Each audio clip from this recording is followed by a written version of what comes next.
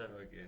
So, ladies and gentlemen, welcome to episode 6 of the Honesty Podcast. So today we have a special guest, Daniel Sperling. He's a Greek magician Half from Greek, the land, half Greek. half Greek, half German, right?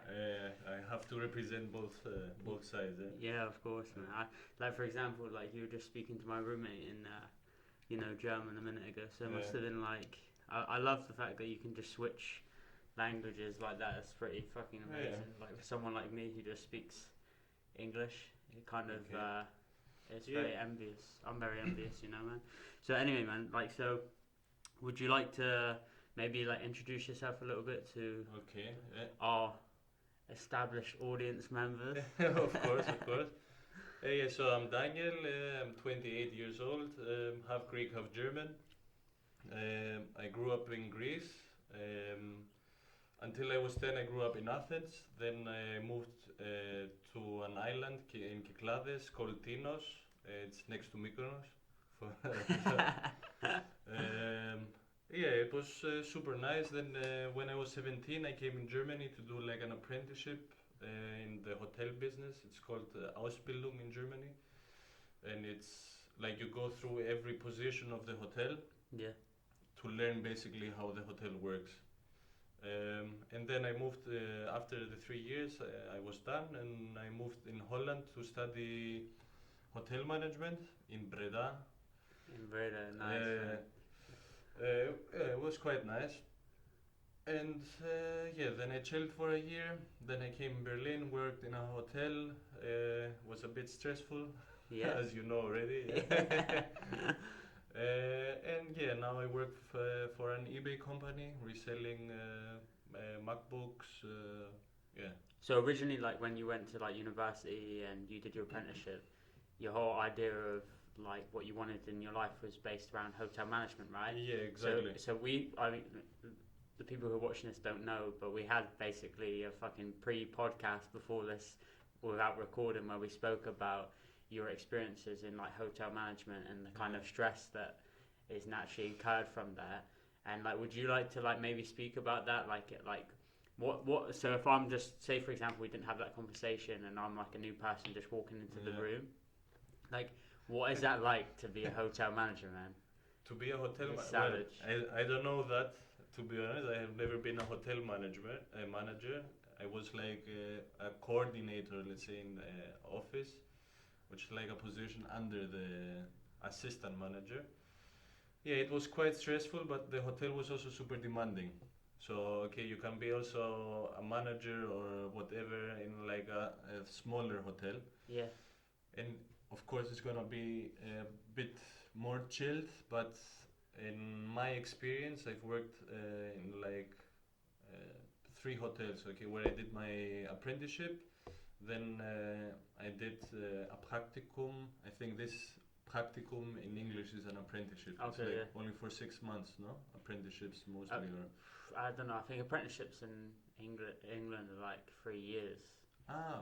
Really? Yeah, it's like, but it depends on what it is. It's like if it's a trade, if you're like becoming like a carpenter, it would take like 2 or 3 years. So the first thing is an apprenticeship. The first hotel I worked was also 5-star hotel, but it was more. Do you know Ayurveda? No. It's like Indian healing medicine thing, like with gurus and everything, and like it's like a detox. And this basically. is in Berlin? No, this was in Trier. It's this area, Mosel. It's called the River Mosel. Okay. It's like Frankfurt is here, and it's 1 hour above, close to Luxembourg, very close to Luxembourg. Nice. Yeah. Then I went to study, and then I had to go for 6 months to do a placement. Placement, it's called. Yeah. In Enhau here in Berlin. Well, actually, I wanted to go in New Zealand.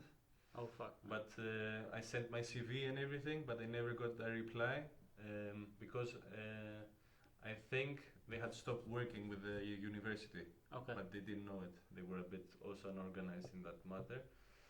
So I thought half German, I'll send in Germany, Berlin. Why not? It's nice. I have friends here, also from the same island as I am. Oh man. Yeah. And Yeah, Enhau Hotel. Do you know it? And how? It's No. Warsaw.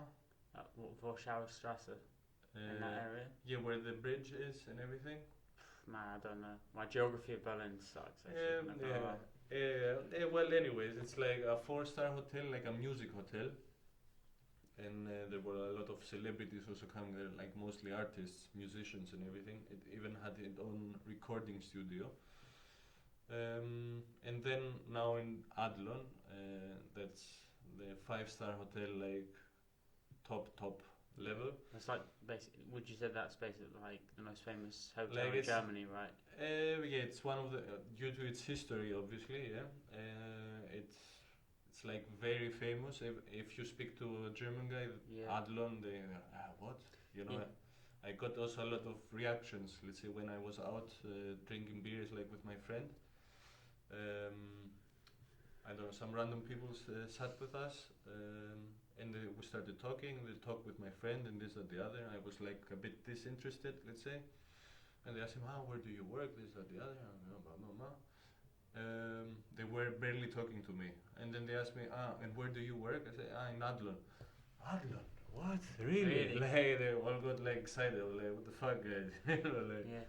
also, like, my mom, not my mom, the mom of my girlfriend, she wanted to buy me a present for my birthday. Mhm.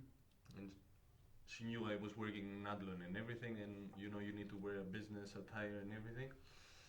And she went to buy me a nice tie, you know, and she goes into the shop there and she says, not even in Berlin, it was somewhere, I don't know where it was. And the guy is like, okay, what are you searching for? Yeah, we're searching for a cravat for my son-in-law. Yeah, okay, we have this, that, the other. Yeah, he works in Adlon. Adlon? Oh, this calls for for a special tie, you know? Like, Really? he brought out some nicer ones and everything. Yeah, so it's quite famous. But yeah, what I wanted to say is, from my experience, like, you might be a little bit less stressed in like a 3-star hotel or a 4-star hotel, but the problems are the same, you know? Mhm. It's mostly orientated for the customer, and the employee Yeah. gets fucked basically, you know, like Yeah. because you do all the shitty work, due to also the high costs of running a hotel, you're mostly always understaffed, you know, and if you're not understaffed, you are outsourced, Mhm. which means like you hire a company and they send people to work, and they're not familiar. Maybe some are new, you know. They don't know. They're not familiar with the hotel or the way it runs and everything. So there are a lot of challenges, always, but they're mostly the same ones, you know. Yeah. And have you ever had any like really significant challenges whilst working in a hotel where you thought like, man, fuck this shit, this is crazy, like why the fuck am I doing this? Yeah, You man, smile, man. from the beginning on, you know, like when I start. Well, actually, I wanted to study like journalism when I was back in Greece, but I left 2009 from Okay. Greece. This the year the crisis started, you know. Yes, yeah. Anyways, journalism is like a hard business, you know, and now if I look back at it, it's a good was a good choice to not do it, because basically you work, I don't know, for someone who tells you what to write, and you've seen now how media is and everything. You write only about bullshit. Yeah, they Mostly. basically write about what people want to see, right? Rather than Exactly. actually They something write. positive. Exactly. They write a story. I don't know, about fucking kittens, you know, like, or a fucking boat sank outside, like, but like not the important shit, the things that matter, and you don't get paid also. So yeah, I wanted to do that. But my parents were also like, "Are you sure you want to do this? Don't you want to do better this?" Like, because in Greece also we have a lot of tourism. So Mhm. they said, "Okay, go do this. You know, it's 3 years. If you don't like it, obviously you can stop anytime. Yeah, yeah. But it will open a lot of doors for you. You can come back in Greece then and work in a hotel. You know, because my plan was always to go back in Greece." So yeah, we go there. We start at the hotel, and the first day, I found out that the fucking guy that washes the dishes, the dishwasher, Yeah. got vacation 2 weeks. So they're like, here's the dishwasher, have fun. Really? Yeah, it was my first 2 weeks directly, in the dishwashers. But this is what the apprenticeship is all about, You learn the shittiest, you do the shittiest jobs and everything. So yeah, it was a bit hard to adjust because it was also in a German village, like 5,000 people. Like I tried to speak, like there was this girl coming and helping, try to speak with her. My German wasn't that good back then. I said, do you speak English? She said, 9. Like, what the fuck? Where am I? Not that I have any problem with people that don't speak English or something, but I expected, like English is a basic shit. Like in Greece you learn it at school, I think in Germany also. So at least a bit of communication. So it was a bit challenging. Then the manager was also a bit of a cunt. Yeah, massive cunt. Count. Cunt number one. Count how many cunts. Or 1, 2, 3. He was quite. I don't know. He didn't like me. I don't know. So he was quite. I don't know. An asshole to me. Even one time he, like, I don't know. I was working in the restaurant. And my supervisor did like a joke against women. She was a woman, and I laughed. She did the joke. She said, yeah, but women cannot do this because, and she was laughing. Okay, like not that I think that women are less than men. I'm totally about, equal. We are the same shit. What I can do, you can do, But she did a joke, so I laughed. She was laughing also. Then the next day, I got a call from the manager. A hotel director, and he says, come in my office. I said, like, what's up? I heard yesterday you sat there and you were laughing at this joke against women, and he threw like a pen at me, What the fuck, man? I was like, what are He you threw a fucking pen at you? Yeah, I was like, what? But there were some... But this is, how old were you then? Were you quite young? 19, something like that. And I was like, what? Like Frau Kimna, my supervisor, she did the joke and I obviously laughed. What? She told me this? And I said, are you kidding me, guys, now? She did a joke and I laughed. I don't believe this stuff at all. And then, we had a conversation, don't remember exactly what happened. But I left, he was like, okay, go. And then I call my supervisor. She had free that day. And I say, do you actually think that I am like this? I think like women are... like less or something. She said, yes. Like, honestly? There are a lot of moments like this where I thought like, what the fuck am I doing here? But I had a goal, Mm-hmm. So after the first period, the first year I was in the hotel, which was super hard for me. Also adjusting in the German culture and everything, because I grew up in an island in Greece, fucking laid back, not giving a fuck about nothing, Malaga. Malaga! Chilling out. And then I go there and directly I'm in the dishwashers, I have to wake up 8 o'clock in the morning, shave, polish my shoes, iron my shirt, then go work and smile to every asshole that, it was a bit hard. And then the weather, you know how the weather is in Germany, man. Yeah. Nothing like in Greece. Of course. Actually, well, the summer's been... Actually, it's a little bit... Wait, watch out. It's a bit shit. Not like Greece, yeah. Yeah, but in Greece, it's also weird, man, now, the weather. It's like raining and shit like that. Anyways, so it was hard to adjust, but then I was like set, this is my goal. Then I will study management, and then I will get a manager position. Everything's gonna be easy, Yeah. Little did I know. Little did I know. Yeah. Well, this was the beginning. Then when I went to study, because I had done this Ausbildung, this apprenticeship, it was like a joke for me, Like even the exams were like multiple questions. Mm-hmm. Like, it was a joke. Super okay, easy. I don't know. Okay, this makes sense, but take it. Okay, it was right. I passed. Next, So, and I knew most of the stuff, I was already in the hotel, I was in the hotel mentality, and I was a bit older. I was like, I started 18, 19, 20, 21. I started the university, and all the others were like 18, 17, you know. So I was also a bit older and everything. I had the experience, so it was super easy.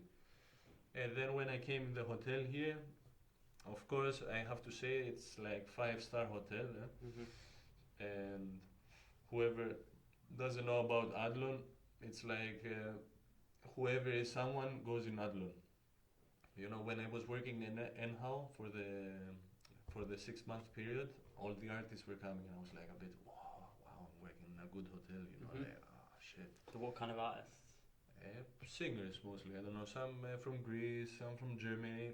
Nothing crazy, you know. But if like I googled them and I was like, okay, this, that, the other, and I was a bit like, nice, famous people and everything. Then I went in Adlon. And then I realized What's next level? These are, you know, the first one of the first rooms I had to check because I was like in the housekeeping department. Was like from a guy, I don't remember his name, but he was like owner of the Boston Celtics. Really? Yeah, I don't know if we Google him, like Yeah, you know. yeah. And I was like, okay, I was in the last hotel, thinking fucking this singer from Greece. Oh my god! And this guy is like the owner of fucking Boston Celtics, working with this business and this business. You know, serious Players. Yeah, presidents were coming, ministers all the time, billionaires, this, that, the other. Yeah, and then I realized that, I don't know, the hotel business, like in this level, it's like military without like the brotherhood, you know?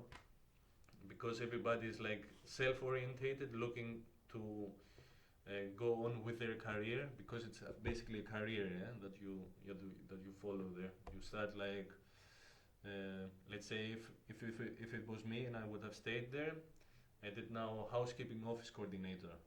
My next thing would be to become assistant manager in housekeeping, and then maybe, you know, either with the experience that I have become a housekeeping manager, or switch to front office and become a supervisor there, then become an assistant manager, maybe a manager after, and then I can become a rooms division manager, which, like, you know, you're like above the housekeeping and the front office manager, you know, so you have to be quite competitive, quite good, make a name for yourself, you know what I mean?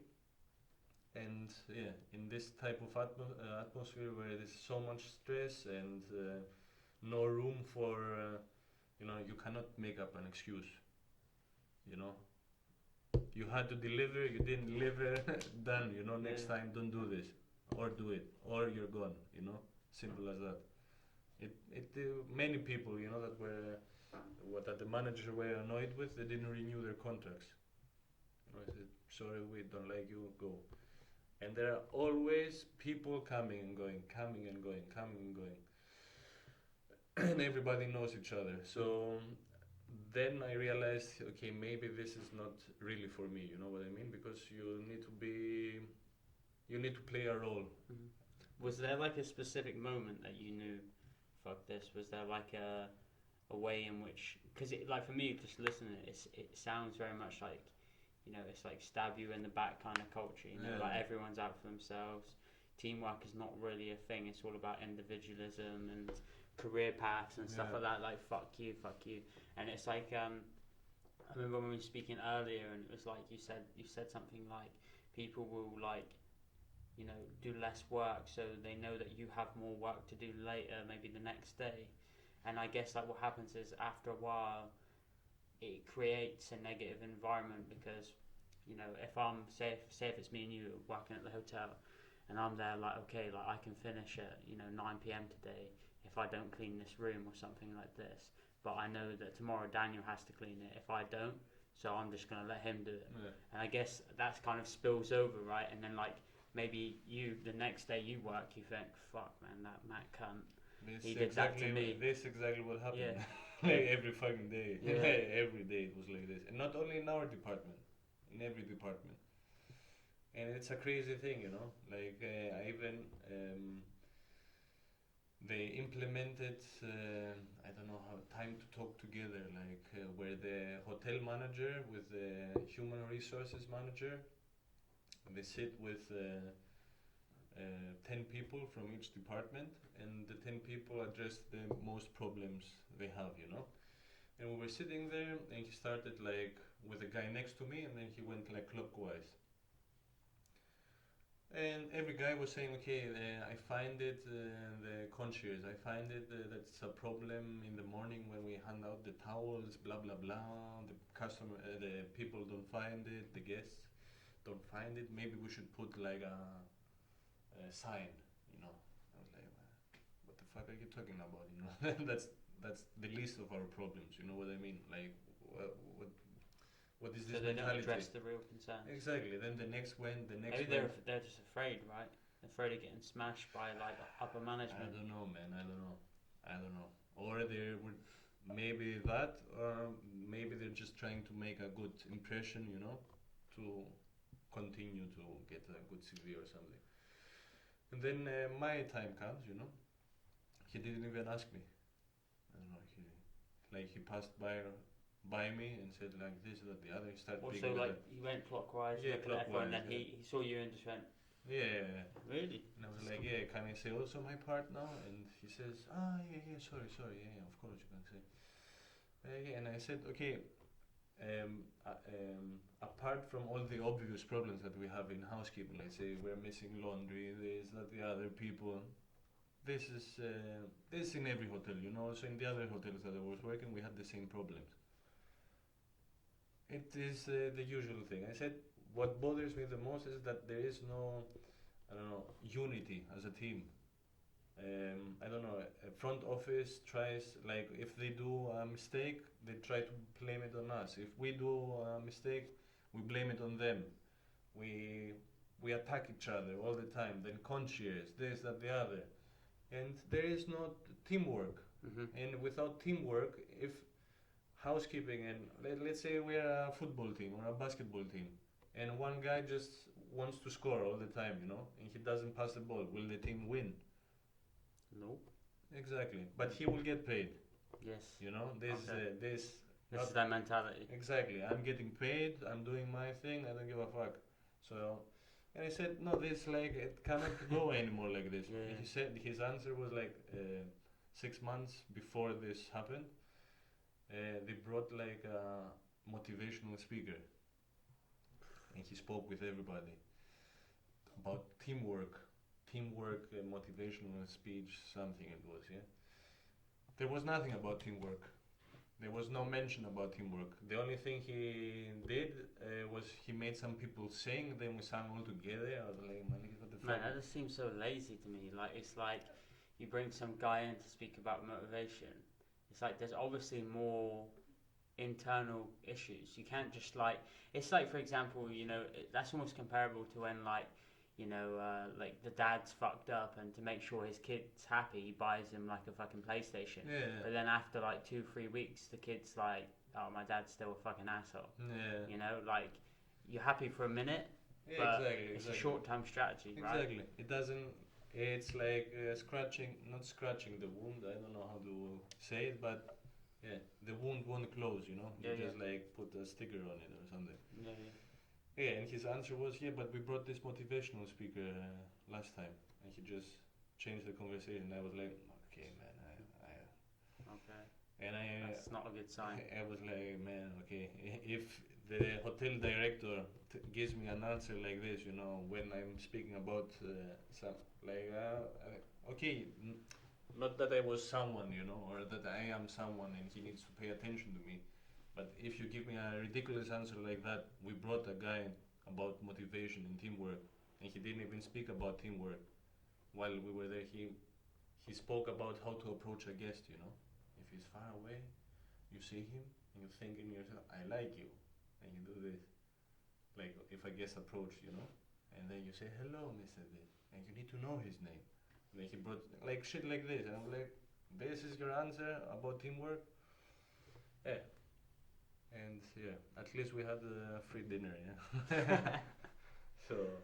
Wow, man, that seems fucked up. Like, some people as well, like when they get to certain levels in like business or whatever, like they get like gassed up, they get big-headed, they think that what they say is like right. You know, it's like, you know, for example, what's it called, the old CEO of Nokia, like apparently he used to think he was like a god, you know, Really? because I can't remember his name, but yeah, I remember reading an article on the Harvard Business Review, and it was like called like the god complex, and it was like he created Nokia and got them to such a high level that he thought like he was untouchable, you know, and then that level of kind of naivety is exposed later when someone who is really intelligent comes in and fucks you over, like Apple, like with Steve Jobs and Steve Wozniak kind of thing.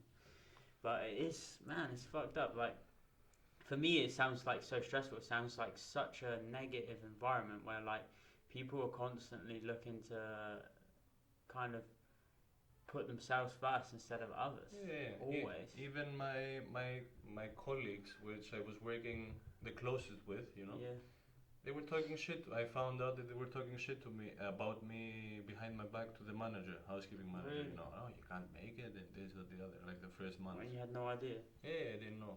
Whoa. I was like, man, what's your problem, you know? And then I spoke with this girl, and she said, yeah, I thought you were trying in here. You studied and everything, and you're trying to take my job as an assistant manager, you know? So she was actually just afraid. Yeah, because she was like almost she was the night shift leader, let's say. You know? Yeah, and she was like talking shit. It's like there's that saying. It's like your perspective of me is a reflection of you, right? And it's kind of sad that someone like this lady bullshitting about you, backstabbing you, talking shit. She's saying all of that shit because she's afraid that she thought that you were better than her. Because maybe this is just an assumption or an example, but maybe she thought, oh fuck, he's a threat to me, so I need to somehow play some dirty tactics.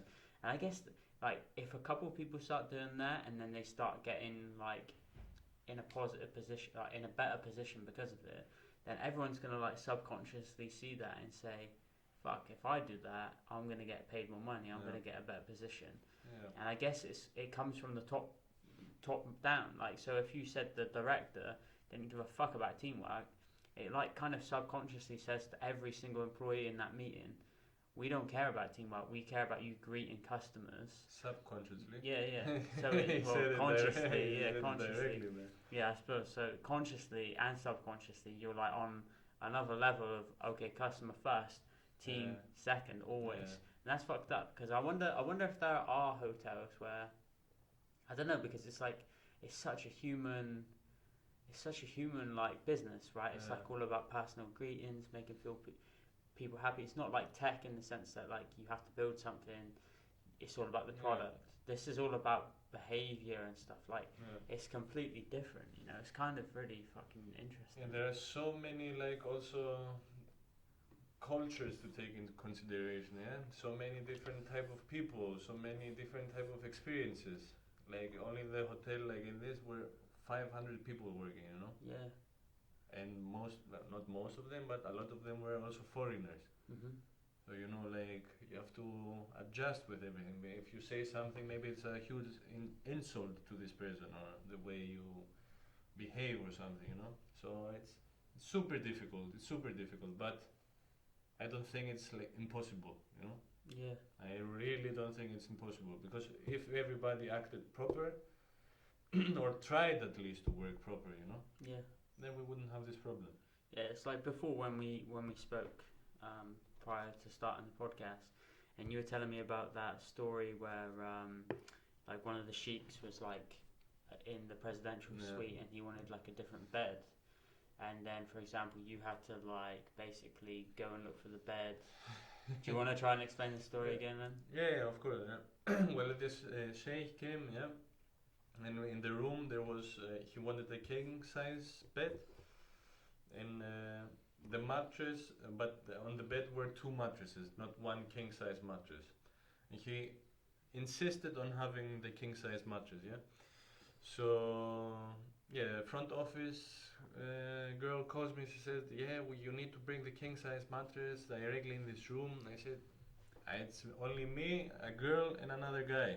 And how should we do it? You know, I need to stay in the office, phone calls, manage this, that, the other. I don't care. He pays so much money. You have to find a solution. Okay, what should I say? Like, you know. I cannot also say no. You can't It's say like go fuck yourself to the shake. Well, I guess you could, but then you get in so much trouble, right? exactly. The next day I would have like a shitstorm, and who knows what would happen, you know. And I was still thinking, you know, like okay, this is where I work. I need to behave accordingly, you know. Mhm. If you want it or not, I cannot just come in and do all the things I'm saying now. Because if I wanted to do all the things I'm saying now, I would have to leave what I did, you know. Yeah. I tried to be me and everything. It didn't work, so leave. But anyways, yeah. I say okay, fuck it, let's do it. I take the other guy. We go find a room with a king size mattress. We strip the bed, start carrying the mattress, going up second, third, fourth floor. Then I get a call. Yeah, no problem, no worries. We moved in another room. Like saying, and this was like 10 minutes before I was supposed to leave work. Yeah? I say, okay, fuck it, let's bring the mattress down now. We go down, blah blah blah, and then after like 2 days, I find out she got 500 euro tip for just calling me and saying do this, you know. She didn't do anything else. So she didn't do anything. She got the rewards, and she never shared the rewards with anyone who. No. And there's like there was never a system in place for that kind of thing, right? No. So it's basically like that in itself, just that like one kind of thing where the woman at the front or the guy at the front, they took the money. It says a lot, right? It says a lot about the kind of values straight away. Yeah. Everyone's, it's like a dog eat dog world. It's like she Yeah. didn't really do anything, but because she was the face, like maybe the sheik guy or the sheikh, he thought, like she did everything, but he didn't see what was going on in the background, right? Yeah. It's almost like there's no kind of empathetic values based around like the moving parts of the company, Exactly. and it's kind of a bit what the fuck, you know. So guys, every time you go in a hotel, Yeah. leave 10 euros on the bed for the cleaning people, yeah? Why they're going to be the first ones to come in to. Hopefully, Yeah, except unless if there's unless some you have- asshole supervisors. No, but you know, many times also me, I walked into a room and they had left money on the bed, you know, for the cleaning ladies. And I knew the cleaning ladies, you know, like there was this woman from Africa with 3 children, moved here in Germany, her husband died. Mhm. Rest in peace, Malek. I hope she's okay. She was also super nice. And I know she gets destroyed at this work, you know, like working so hard, you know, cleaning rooms is hard thing, you know, you have to carry everything, go back here, this, that, the other. And the supervisors were all, let's say, I don't know, they didn't clean a glass well, you know, it still had a spot. And they called the cleaning lady back to come and clean it, you know. And I was like, what is this behavior? You know, she's getting destroyed all day running around. So they would like call up to say, no, look, they the would go glass in is the room on. and say, what the fuck is this? Why didn't you clean the room? The glass and this and the other, and here was a hair also, what is that? And I'm like, guys, what's wrong with you? You know, this type and that. Other people would take the money that they found or this. I would also always go to them, here, take the money, you know, I found it in this room, you've been cleaning it for a week, and this and the other, you know. Yeah. But the others, no. Put you down, feel better about themselves or something, I don't know. But that's a major weakness, right, in itself. It's like when someone does that, it's a clear indication that they have some kind of egotistical problem, or they have some kind of problem whereby, you know, not egotistical problem, but it's like some kind of problem with their self-worth or their self-awareness, you know. So they try to put others down to make themselves feel good about themselves, but internally they know they kind of do it. Yeah. They know that's why they're unhappy. Like I always think that if you're a really happy person, you'll never say bad shit about people because you're so internally happy with yourself. You don't need to externally talk shit. Yeah. And that's what I think you find. It's like people reflect their inner problems onto other people because it makes them feel good. Yeah. Which is it's just kind of a sad reality, I guess. But yeah, you cannot. I don't know, like before the hotel and everything, when I was a lot more chilled and everything. Yeah. Back in the Greek days. Back in the Greek days, man. That's a good phrase. I will use it. You know, I always had the mentality. I still have it a bit, but I don't use it or like try to use it so much.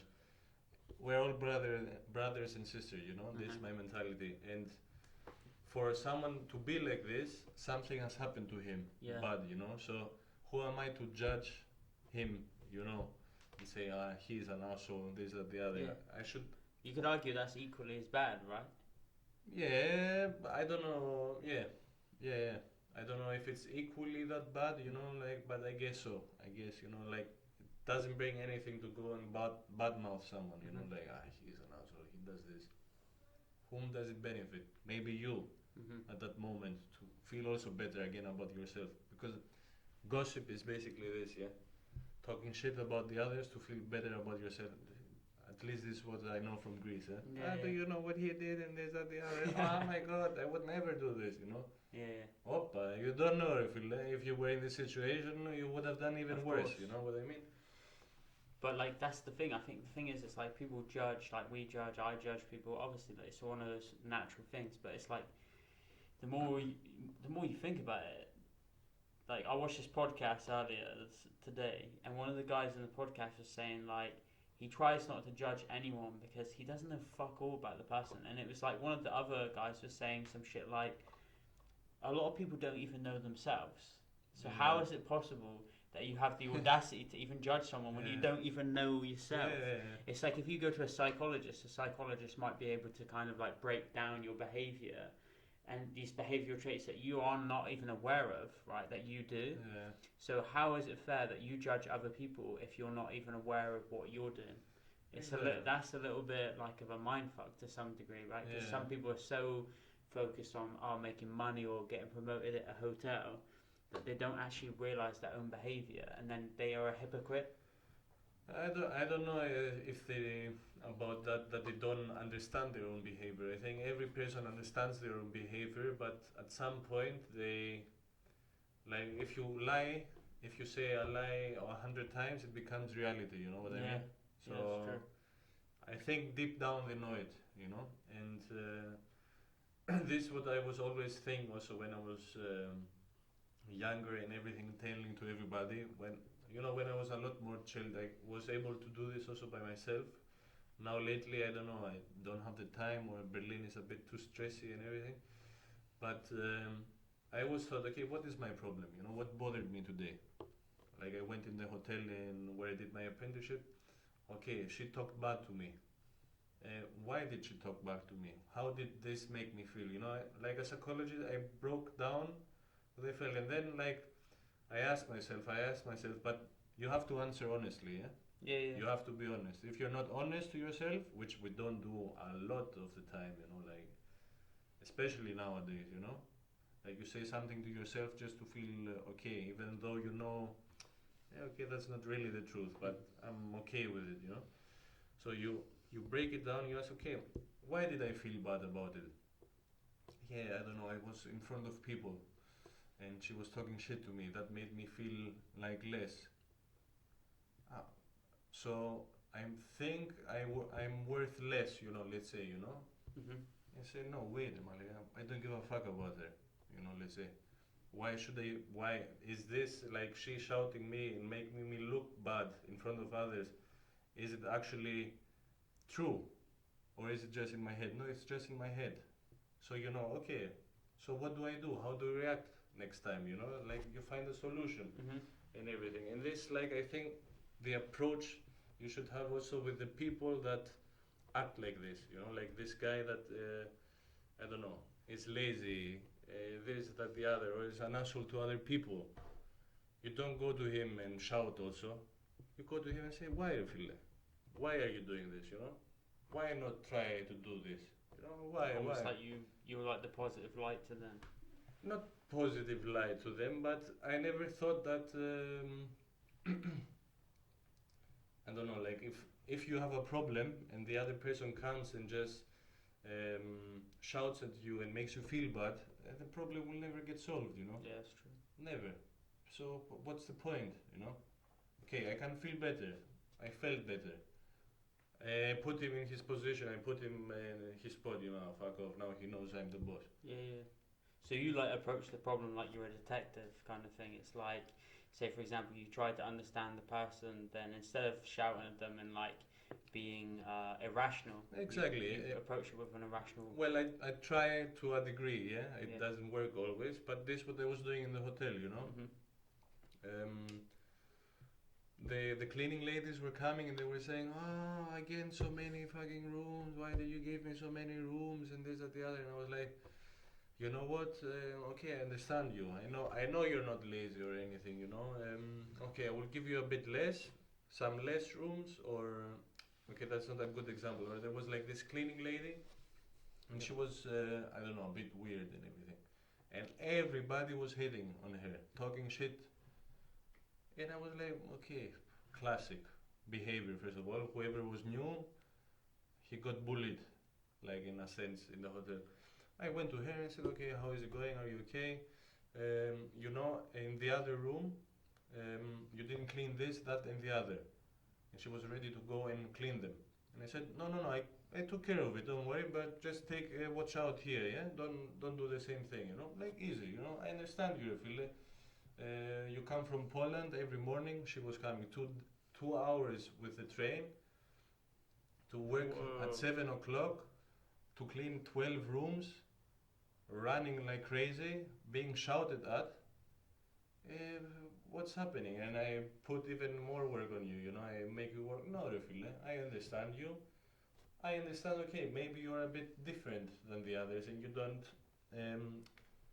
You're not play by the rules. Like you will speak your mind. I respect this. You know, I will not come to you and say, you're a shit at the other. And then one day there was like shitloads to do. Eh? Even the managers were like stripping the rooms and everything. They called her and they said you have to do another room, and she went crazy. No, I don't want. I will not clean anything else. Fuck off. And then I called her and I said, please, sorry, I'm not forcing you, but could you please do it? Maybe for me, you know, because I was nice to her. She said, for you I will do it, Refile. You see, like you show the respect. Yeah, Refile, I understand. Or if there is like, there were these guys that I was calling them and say, okay, this guy wants toothbrush, this guy wants a towel, and they had to go. So I called this one guy, and I heard him. He was outside smoking. Said, oh hey, this guy and this guy called for the towel, and then I hear, you're smoking, eh? Okay, no problem, man. I'll call somebody else. You know, he can do it. Oh, okay, thank you very much. You know, I understand, Refile. Or he was saying, man, I'm super tired. Can somebody else do this? Yeah, fuck. Okay, if I find somebody else, no problem. You know, and all the others were like, no, you have to do this. You have to do this. You. It doesn't work. It's like controller mentality. It's like trying to go there instead of like doing this and going together. They're doing like trying to go like this. No sense. It's like these kind of people, like, they don't try to put themselves in the shoes of the other person, right? Everything is about themselves. They see like you not doing something. They make 100 assumptions that, oh, he's lazy, he's doing this shit. Why is he not doing what I want? But he doesn't see what's in the person's mind, right? And it's crazy. There's crazy shit like that. Like when, you know, for example, you make assumptions about certain people, but you have no idea what's really going on in their life. Like with this Polish lady at your work, right? The fact that she would take the train for 2 fucking hours just to come to work, right? Who the fuck? I guarantee, if you wrote a questionnaire and you gave it to all the 500 employees of the hotel or whatever, and you said, would you be willing to take a 2-hour train to come to work every morning at 7 a.m.? Probably 95% would say no. Yeah. Right? 95% would say no straight away, and maybe there would be 1%, probably the guy who gets 15 grand a month would say maybe. Man, yesterday I went out with my ex-colleagues from the hotel because the assistant manager was leaving to go in another hotel. Yeah. And there came this what's a girl that was bad-mouthing me, and she said, even if they paid me 3,000 euro a month in the hand, you know, after taxes, I wouldn't clean rooms. So you understand, you know, not even 2 hours, 3,000 euro to clean rooms, I wouldn't do it. And the cleaners get paid way less than that, right? They got a decent salary, but working like 6 times a week under immense pressure. Yeah. like, you know, because it was also a 5-star hotel, being shouted at, ridiculed at, and And then the upper management saying that they're not willing to work for probably more than what they get paid, right? what? And then? And then, like, for example, the upper management even saying that they wouldn't work for higher than what the cleaners get paid says a lot, right? Yeah. You see, yeah, exactly. And then also, you know, they were the shit of the hotel, you know, like the cleaners, you know, they're from Poland, they're from Thailand, they're this Really? low class people, you know. And if you speak to them, they're the nicest people, you know. Yeah. I have a lot more respect of these people than the higher management, and a lot more respect. They're nice, open people, honest. I think it's like the people. It's interesting though, because like maybe this is an assumption, right? But you could argue that the majority of the management are probably like German or something like this, right? Yeah. So naturally, like they've been brought up in a higher class of environment. You know, you get electricity, hot water, you've got everything you want, internet, probably from a young age, right? And then you got these ladies that come from Poland, from Thailand, maybe especially the women from Thailand, where they've come all the way. They don't have fuck all, man. And what are you talking about? No, but like, you know where Poland is.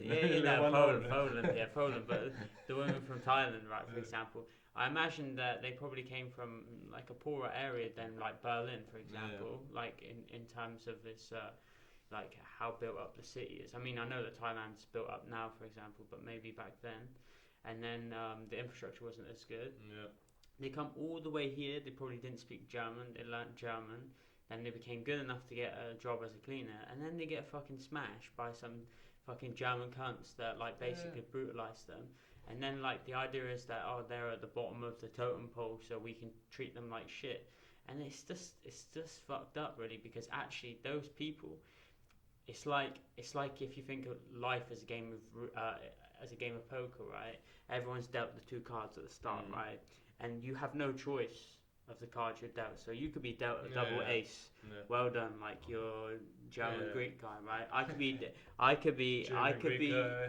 be dealt like a deuce 7, like 2-7, right? Which is the worst you can get. English. But the thing is, Brexit, baby.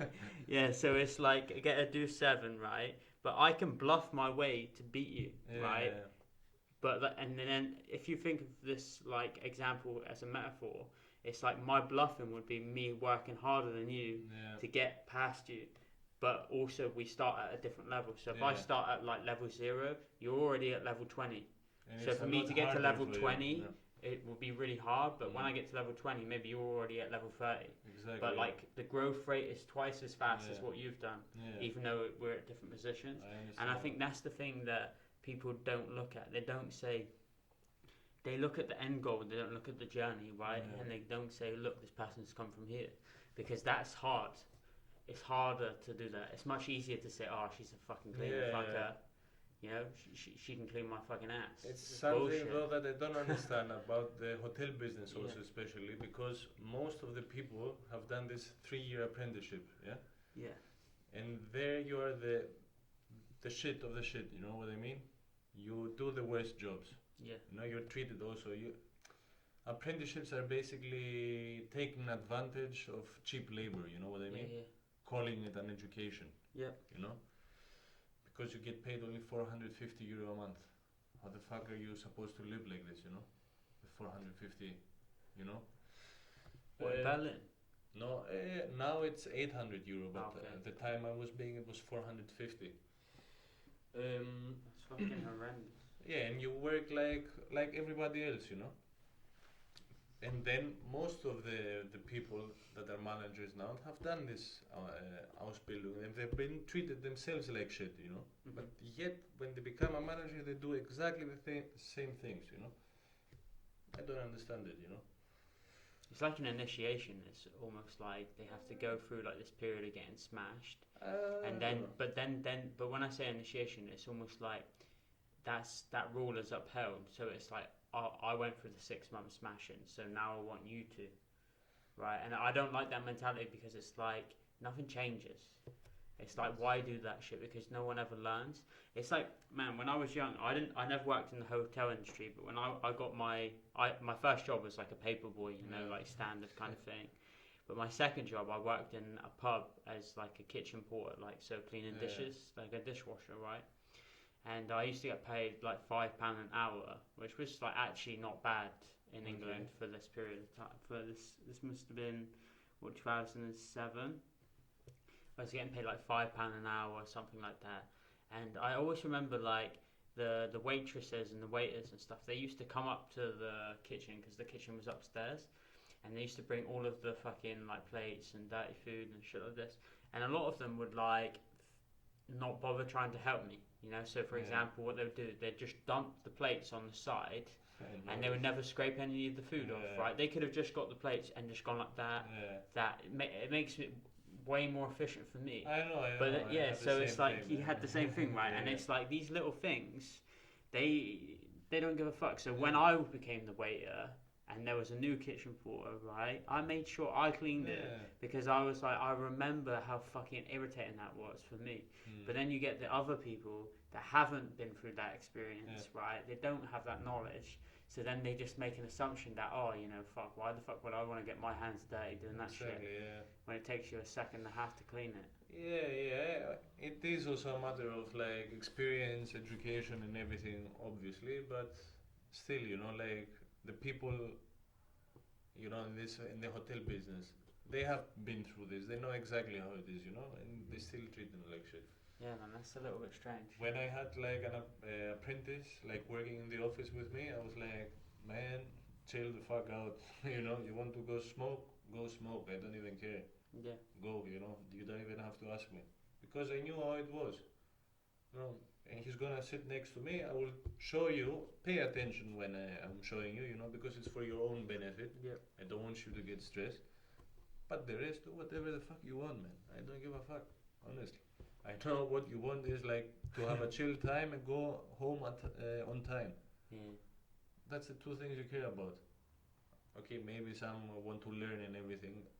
With them, I was like a bit, okay, you do this because of this, you can also do this, that, the other. Yeah, but from the beginning on, I was like, relax, be yourself, no worries, you know. I don't want any stress. So you basically like learn from your experiences, and then you kind of like push that onto the new guys. Yes, definitely. I mean, also when I was in Holland in the university, I had to be the manager of the catering, like for a week, you know. In the beginning, we had a meeting with all the students, employees, and I said to them, okay, guys, I just want us to work all nice together. Whoever has a problem or anything, straight to me, and we solve it. What our goal here is to be relaxed and go home on time, you know. And at the end of the 1 week, man, I got a standing ovation. You know, that's the fucking best manager, man. Really? Yeah, Malaga, because I understood you're a fucking student having a student manager. Yeah. Relax, Malaga, relax. You know, it's not like we are here pretending to be this. We are relaxed. We do our job. Happy. You want to smoke? Go smoke. Don't even ask me. But don't fuck your colleague. There, I was like. Don't fuck him. You want, if somebody went out to smoke and the other guy was only staying inside, I'll go, no, my friend, I see you, you know. Like also, not like in a strict manner, jokingly. Motherfucker, I know what you're doing, you know. Stop fucking him. Now you said he goes, you know, I forced it. And then they were like, okay, doing it by themselves, you know. So you created habits for them, basically, and then they followed it. Yeah, and everything was easy, chill. Nice, man. No reason why I had to get stressed. Yeah, but that's all about perspective, right? Yeah. Because some people just don't try to see someone else's. Yeah. And that's something as well, man. Like, what was it like for you, like, going from, like, you know, like, the islands of Greece to, like, Germany, man? That must have been a major transition, right? Yeah, It must have gone from being, like, you know, this idyllic environment where you can chill every day, you wake up whenever the fuck you want. Αλλά εντάξει, let's not over exaggerate. I had to go to school and everything. And I was really? I was sleeping at school, yeah. So, you know, we could just fuck off from school. It was no problem also. It was a bit hard. The hardest thing was like making friends, you know. What, in Greece? No, in Germany. Okay. Because it was like a village, you know, and I didn't speak that But this is when German. you first came, right? Yeah. So what was the name of the village again? Kham Khaba. And you said this was like 5,000 people, right? 5,000 people, yeah. It was hard to make friends, you know. Yeah. Like we also had to go to school once a week, or once every 2 weeks. I don't know. And there was this other half Greek, half German guy, but he grew up in Germany. Yeah. Yeah. So he was sitting in front of me, and I was always doing like this to him, like in the shoulder. How is it going? And then everybody thought I was gay. Really? Yeah. And I was like, what the fuck are you people are you talking about, man? Yeah, You're fucking 16-year-old guys more stressed than girls like this, fucking licking the ass of everybody else. You should be ashamed of yourselves, you know? Yeah. Because I was like open, happy, this or the other. So they would like criticize you. Yeah, they were like, oh, the Greek guy, oh, he's crazy. So what the fuck is wrong Just with because you? you'd like. Yeah, or with the touching, they told me I'm gay. I said, what? Honestly, fucking, his name was Dinkel. Fucking Dinkel. Dinkel? Yeah. That's a fucking stupid name, man. Yeah, hey, let's not do what we just said. Yeah. No, but it was quite hard, you know. And also, my girlfriend back then, she broke up with me, so that was quite hard. Yeah. I left like Greece, and she said, no, you're in Germany, fuck off. And I was like, She was my first girlfriend and everything, so it was a bit hard. Yeah, but after a while, you know, I met some Italian people. Yeah, then it was chill. Italian people were a bit crazy, right? Hey, Italian, we say una razza, una faccia. What does that mean? One race, one face. Yeah, because Greeks and Italian, if you see them, we are almost the same behavior, mentality and everything, you know? Yeah. Open, shouting, happy, retarded. Yeah. And then I met them, so I was hanging out mostly with them. Then I met an English guy, fucking half English, half German. Oh god, that's a weird combination. That's also a weird combination. Max Cool. Max Cool? Cool. Oh yeah. Yeah, and I was hanging out with him also, but he was just visiting, not always. So that was chill. Yeah. I remember when I first saw him, it was New Year's and I was at the bar. Like, my sister was all like, she had all the friends and everything, but I was like, man, these people are cunts. I know when I see an asshole, you know what I mean? Yeah. So I was just avoiding them. And then I'm in there smoking a ciggy, going in the toilet, coming out, and there is a guy on my seat. I'm like, oh motherfucker, who the fuck is this guy, you know? And I go to say, I'm sorry, I was sitting. Oh, I'm sorry, mate. You're not German? I was like this, you know. You're like, thank you. Oh man, I'm from England. I love you all directly like this. And then we became friends. Yeah, man. That's funny. But I remember when I first met you, man, and like we were speaking or something, and you said to me, "Oh, fuck off," like this, and I was like, man, I felt like this guy's like lived in England or something like this, because like it's rare that you get people that speak like that, like because most people, if I say, "Oh, fuck off," man, like they kind of think that I mean fuck off. Yeah. But it means like it's a funny like way of just saying like come on. You man. should learn some Greek, man. When it's like every second word is swearing. Yeah. Every I miss my lega is like number one. Yeah. But yeah, we swear a lot. But the Germans are a bit more. I don't know. I find. Not all, obviously, especially there in the village. I find they were a bit more closed, like closed up, not easy to open. But if you become friends with them, you are friends for life. You know what I mean? Yeah. It's like, and you can count on them and everything. The Greek guys or Italian or something, you meet them, you are best friends, you know. But then you call, hey man, can you come help me? Oh, no, man, I'm busy. No, man, sorry, I have to watch the plants grow today. Fucking the worst excuse ever. Really? Yeah. Not everybody, obviously, but it is, I think, a bit like this. Yeah. Man, that's a bit crazy. But even though, maybe that's the same everywhere. It's the same everywhere, man. Some people are like that as well, like. Yeah, but okay, if you, let's say, when I was in Holland studying, all the international people, they had maybe in 4 years, one Dutch friend. In Holland, man. Yeah. But to be fair, I lived in the Netherlands, right? I know I didn't live for 4 years, but I lived for 1 year. Yeah. And I had, our group was very mixed, right? You had also a lot of Dutch. I was in an international group, right? But the Dutch guys wanted to join in, Yeah. right? So, for example, the first 6 months, it was the majority of the group were Dutch guys. Okay. But it was like those guys were already a good group before. Yeah. So what happened essentially then is like when we came, it was like English guys, Spanish and Mexican. We kind of all got on together as a group, and then the Dutch guys all got on together, and then we all liked playing football, so they all kind of just gelled. But then I remember in the next semester, man, like I went from doing this thing called like the international business experience to doing international business something else. I can't remember what it was called. It was like 5 years ago, and the Dutch guys there didn't speak to anyone, or it was like So I think maybe the Dutch.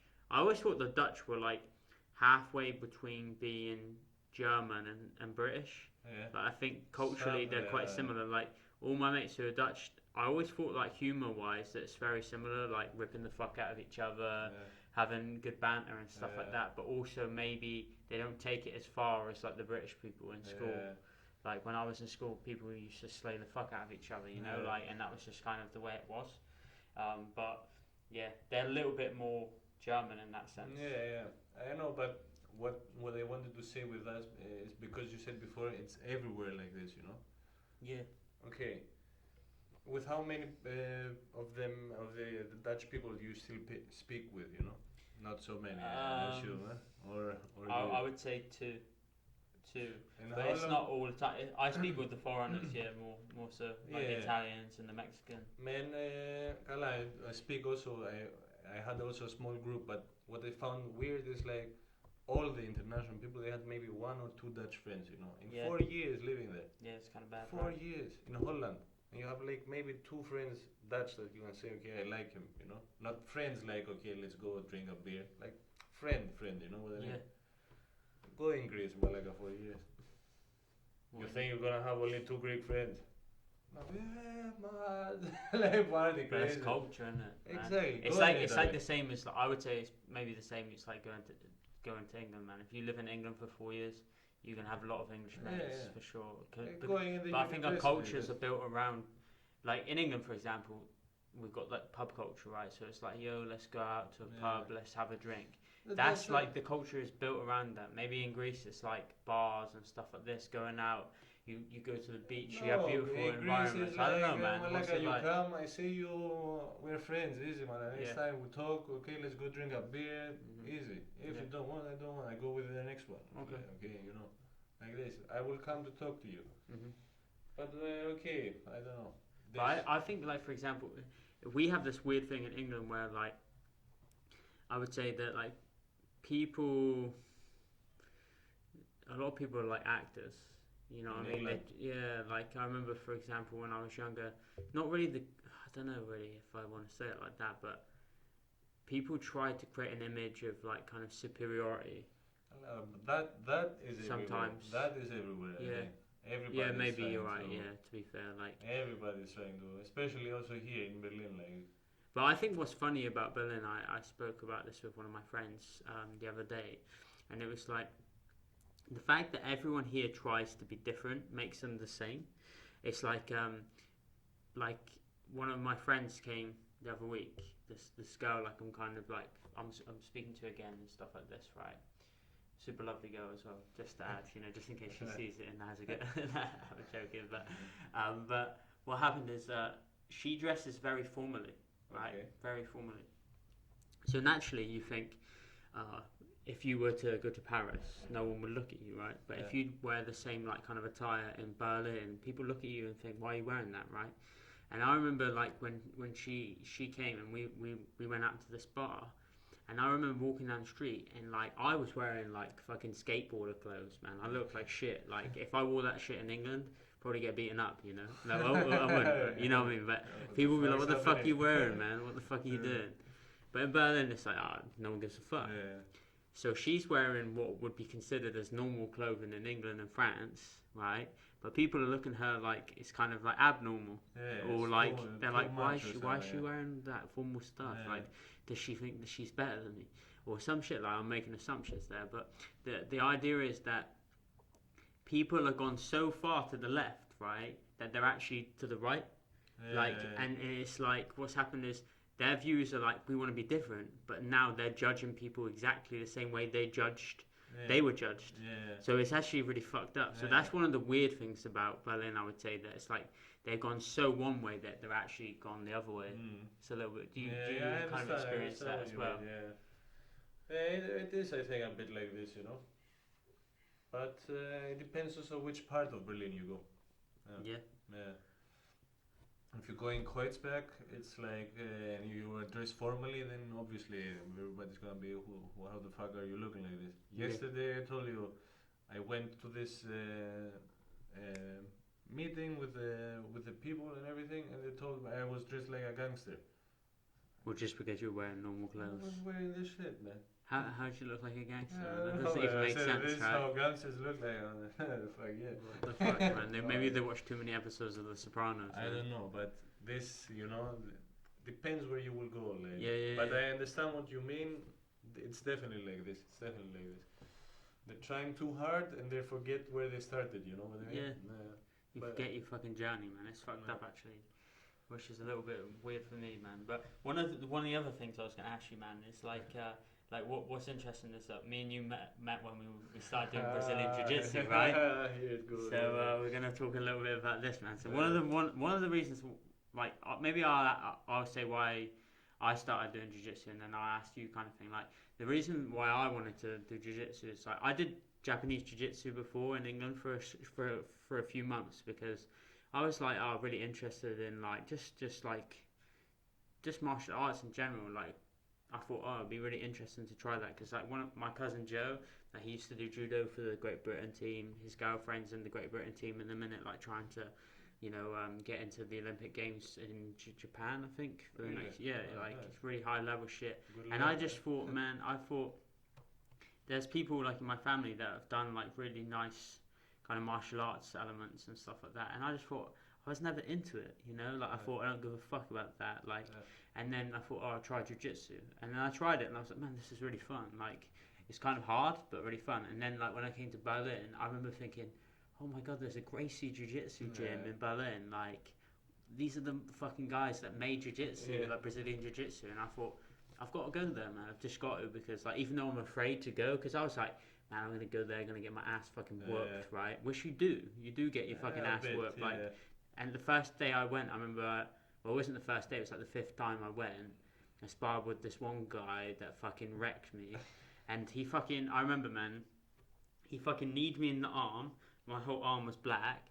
And then he kneed me in the chest, like when I was like trying to pass his guard. And he kneed me so hard that my chest was completely black for like 2 weeks.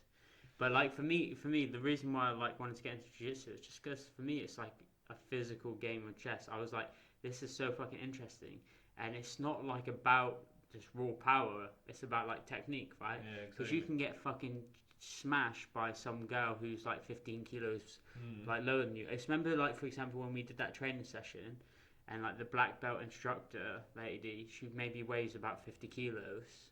I remember she got me into like a Kimura lock or something like that, like, and I was like, man, she would absolutely fuck me up. Like I'm not even trying to be disrespectful or anything like this, like with women or whatever, right? But this woman was just so fucking skillful beyond belief, right? She could do it to men who were like 100 kg and fuck them easily. And like for me, that was like this kind of turning point where I thought, wow, if someone can be that little and inflict so much damage, and like if you saw her on the train, you would think nothing of her. But like it's almost like a book. You don't see the pages, you don't know the knowledge inside, but there's knowledge there. You're judging it by the cover. Knowledge. Dangerous as fuck, man. It is super nice. Should I say why I started? Yeah, man, sorry, I kind of should have said. I don't know. I used to play a lot of basketball and everything, and the past, I don't know, years I haven't been doing much. So I wanted to start again doing a physical activity. I tried going to boxing. I liked it also, but So I was considering either do boxing or Brazilian, but I have two friends that are doing also Brazilian Jiu-Jitsu, and they said, "Man, go Brazilian. It will change your life. Super good, super good exercise." And yeah, that's basically why I did it. And obviously, you learn how to fucking defend yourself and fucking a lot of shit. You know?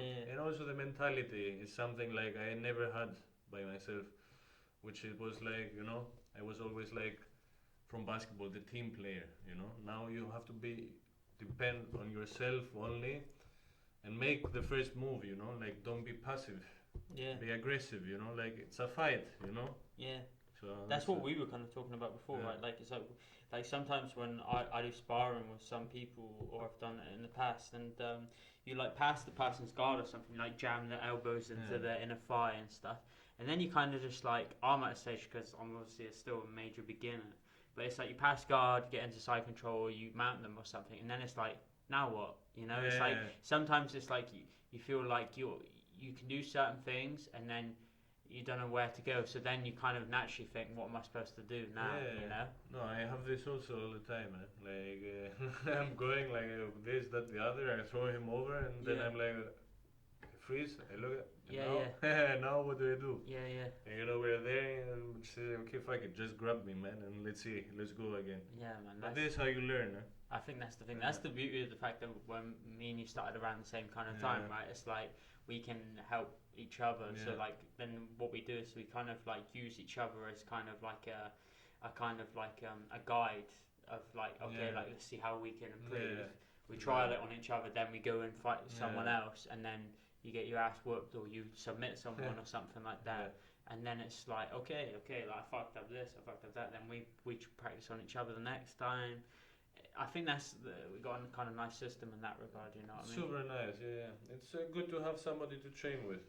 I mean, I wish we knew like two other guys, you know, so we could also change and everything.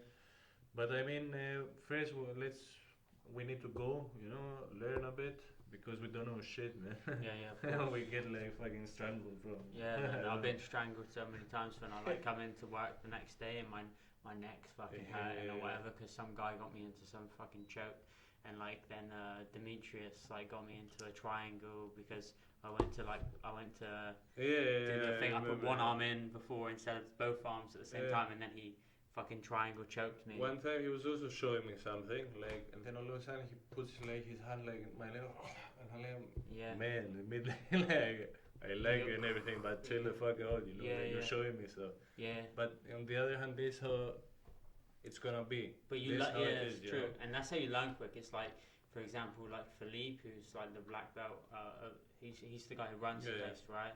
I remember, for example, like one of my, I think second or third time going, like he like got on top of me and he got into the guard position. He was showing me something, and I tried to like do the flip, flip him or whatever, and I like fucked it up or something, and then I turned, and then he was like, never show your back, but he got me straight away, bang, straight into some kind of like into some choke block kind of thing. Learning by doing.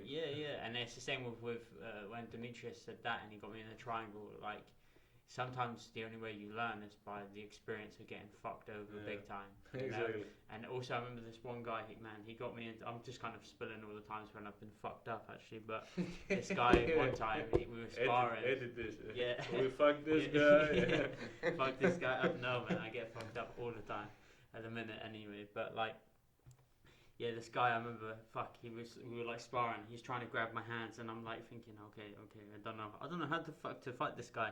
He just keeps going for my wrist, like I was thinking he's gonna grab my wrist, then he's gonna try and get on top, and then like put me into a Kimura or something like this, right? And then I was like, okay, like thinking, that's all I know that I think he can do, right? Yeah. That's all I think he can do. I'm not aware. It's almost like you see, like, when you see this camera, when you're the audience, you see this. You don't see the fucking dog shit behind the camera. I'm telling you don't see the mattress over there and the fucking crates and the fucking wardrobe, the fucking hanger. Exactly. Where's the wardrobe, man? Exactly. I'm lying to you. You don't see the hanger, you know what I mean? You don't see shit. And it's almost like when this guy did this move on me, I could only see 50% of what he was going to do because that's all I know.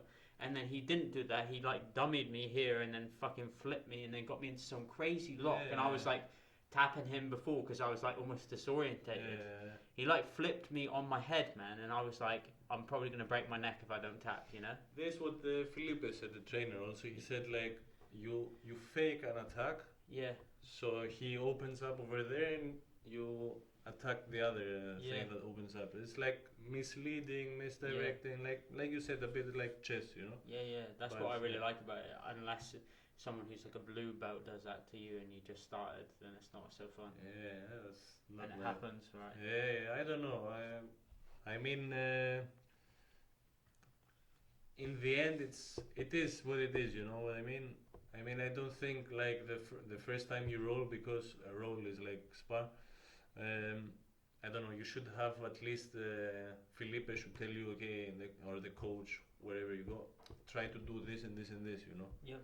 Because I went there and I was laying and I was saying, okay, now what?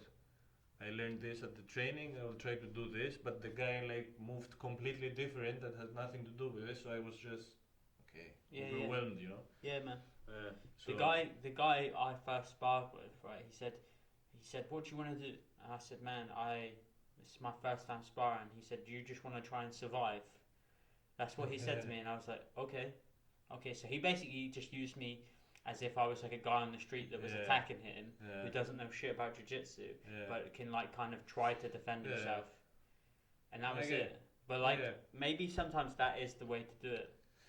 Yeah, okay, but at least he asked you, you know what I mean? Like with the first time I was sparring, I did with this blue belt, but Felipe told him, okay, it's his first time, take it easy. So the guy said, okay, try to do this, try to do that. I was trying this. Then I go to the next guy, I said to him, yeah, it's my first time. He just nodded. And then he went full power, you know, he tried to take my neck and he was like trying to go in here. And putting all his force, like pushing. I couldn't eat for a week, man, like after, you know. Really? Yeah, I didn't want to give him also my neck. I said, like, if it hurts already like this, now what the fuck is he gonna do with my neck, you know? Yeah. So I was like, no. Yeah, so I think it should be a bit more, you know, chilled, like, try to do this. Yeah, it's about technique first. Like the guy told you, you want to survive or do you want to do this, you know? At least he gave you this benefit of choosing, you know? The other guy But I just think went that's all dependent on the person, right? Yeah, but I think this should be enforced, you know what I mean? Yeah, I think so as well. But I think as well, just by the way we train, sometimes there's the advanced class before the beginner class, right? And the advanced guys come into the beginner class to train an extra hour. Yeah, but I mean, like, okay, after like the first week or 2 weeks or month of sparring, let's say, which I believe should be a bit more chilled, you know, so you get into it. Then okay, have the fucking blue belt destroy you, you know? If you cannot take it, this thing is not for you, you know what I mean? Yeah. After a while it has to take, but not directly, you know, like... Yeah, because it can discourage you instantly, exactly. But maybe that's what separates the good and bad to some degree as well, Yeah, because like, not if you quit straight away... Yes, but this is also what Hickson Gracie, one of the, like, the son of the founders, says, like... Jiu-Jitsu is about like self-defense, you know, and his mentality is the first year, the beginners, like the first year you do Jiu-Jitsu, you don't even roll, you just learn self-defense, because Jiu-Jitsu is about self-defense. We're learning the sport Jiu-Jitsu, no? So yeah, I find a good mentality. You first learn how to defend yourself, you know, and then actually feel how it is, like doing this and that, the other. Like, because what he says is, what I want to do is like to give Jiu-Jitsu confidence to people, you know, like maybe to a smaller guy, maybe to a woman, maybe to a child who is being bullied, you know. I want Jiu-Jitsu to be like his confidence, you know what I mean, to be able to defend himself, speak his mind. If you go now to train and the other guy just comes and bashes you, and you're already like weak-minded or weak or this, and then you're gonna get discouraged and go. And he says, this is not what I want. We started Jiu-Jitsu like this, you know, for this reason, self-defense. But yeah, like I said, we're learning the sport Jiu-Jitsu, yeah? If you want to go and compete and this, that, the other, then okay, From It's the different then, from right? the first day you get beaten up. This is why you came here, to learn how to do. Mm-hmm. You know. Okay. Super different, right? Yeah, but okay. Being that it's mixed people and backgrounds in this, I believe it should be a bit more casual in the beginning. You know, like I rolled also with a guy now recently who didn't know shit, man. Like I rolled him in his back, I choked him, he tapped out, and I said, "Man, okay, you don't know nothing." Eh? He was just sitting there, like, said, "Yeah, okay. What should I just choke him out again now? Mm. Yeah, what's the point? Okay, I've been also in this situation. I liked it a lot more when somebody showed me something, you know. I told him, okay, you have to do this now. And then he was doing with the hand, like, no, never do like this with the hands, like Felipe told us, Tuck you know. your short elbows in, right? Yeah. Always tucked in like this, never like extend your arms and Mhm. everything.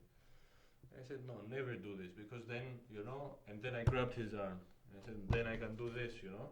Like, not all the way, but I can do this, take the arm and just like that. He said, thank you very much at this, at the other, you know. Yeah. It's better. Then the next time you come, you're like, You learn little things Yeah, like that, yeah, right? And then yeah. over a period of a year or something, yeah, but you clock in okay. these little ideas. Okay, I mean, like for the jiu-jitsu we do, I think like maybe the first, depending also how often you come, maybe the first month should be beginner only, you know, beginner, and then okay, everybody mixed.